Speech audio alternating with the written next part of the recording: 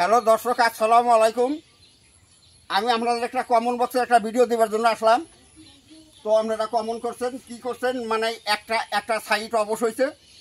এই সাইটে কিংবা গাছগাছার দ্বারাই এই ব্যাপারটা ভালো হবে কি না, কী ধরনের গাছ দিলে এই এক সাইডে বেমার ভালো হবো, প্যারালাইজ ভালো হবো, এই গাছটা আপনি আমার কাছে চাইছেন। তো এই গাছের কাছে এখন আমি আসলাম।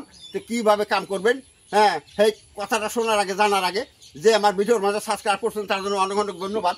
যে আমার ভিডিওর মাঝে সাবস্ক্রাইব করেন তাকে অনুরোধ করবো আমার ভিডিওর মাঝে সাবস্ক্রাইব করবেন।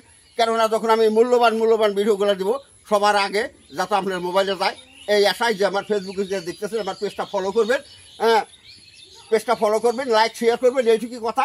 তো যা হোক, এখন আমি গাছটার কাছে আসছি। এই যে দেখেন গাছ, এই গাছ দেখেন, এর নাম হয়েছে শ্বেত আকন্দ। আকন্দ গাছটা সবাই চিনেন, কিন্তু এর নাম আছে শ্বেত আকন্দ।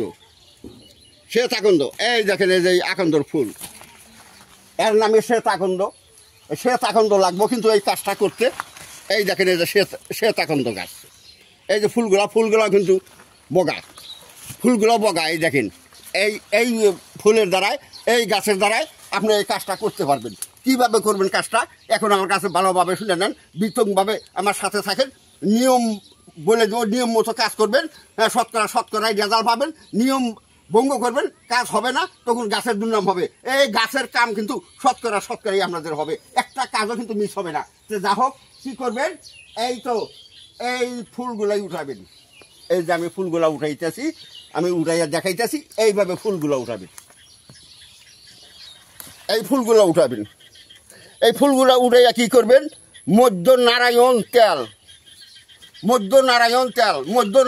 তেল 3বার বলে দিছি, মধ্য নারায়ণ তেল একটা কিনবেন। কিনে নিয়ে কী করবেন, এই ফুলগুলা পাটাতে ভালোভাবে পিষবেন।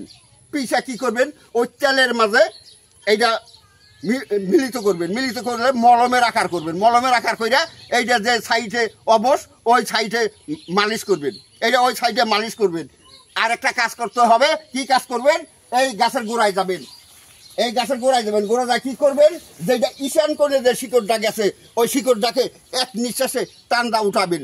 উড়াইয়া কী করবেন, শিকড়টা 3টা বাস করবেন। 3টা বাস কইরা 2টা পুটলি বাঁধবেন। 2টা পুটলি বান্ধা যে হাতে যে পায়ে বাতাস আছে, ওই হাতে ওই পায়ে বান্ধা দিবেন। এইভাবে আপনি 21টা দিন ব্যবহার করেন। ব্যবহার করার পরে দেখবেন কি, ইনশাআল্লাহ আপনার এই বেমারের থেকে মুক্তি পাইছে। যা হোক, যদি এর থেকে অধিক জানবার হয়, ব্যবহার করেন, রুগী আরাম করেন। অধিক কিছু জানবার হলে পরবর্তী ফোনের যুগে আমার কাছে জানতে পারেন। যা হোক, আজকের মতো এই পর্যন্তই। আসসালামু আলাইকুম। হিন্দু বাবাজি নমস্কার। অন্য জাতি আছেন, আন্তরিক ধন্যবাদ।